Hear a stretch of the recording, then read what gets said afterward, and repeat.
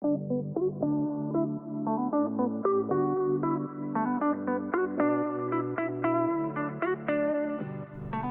is rarely anything that my clients go through that I haven't experienced myself. One of the reasons I became a DBT therapist is because of my own history. I was diagnosed with borderline personality disorder, I think it was in my 30s. And DBT was just coming out then in the 90s. So I got to go through a DBT group, and I don't feel I'm exaggerating when I say it saved my life. I was on disability, chronically suicidal, could not work, just spent most of my time on the couch. And as I was going through the DBT group, I got some zest for life back. And that's when I went to college to get my master's degree, to do therapy for others that have experienced this. One of the things that started my descent into not being able to function actually happened in undergraduate school when I began having panic attacks.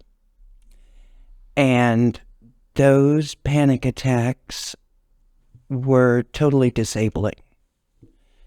I remember sitting in the bathtub in the mornings before it was time to go to class, just crying because I just could not endure another panic attack, or so I thought. And they eventually got to the point where I couldn't leave the house. I was in the house for just over a year. But it was such a victory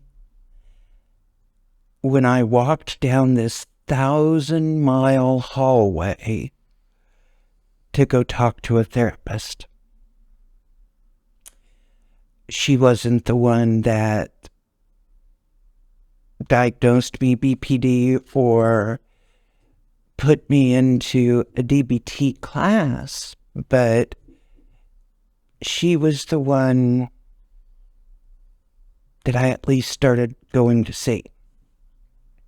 So, and I remember the pain that I don't think I'm exaggerating when I call it agony of wanting to be doing so many things and just simply not being able to, just being terrified.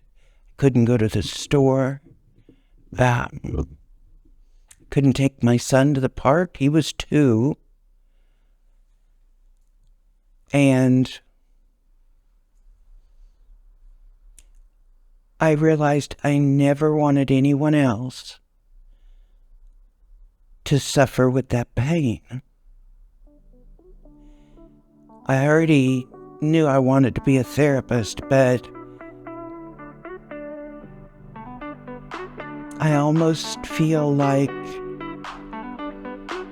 I was given that experience so that I would know how important it is to get help, to get compassion and support.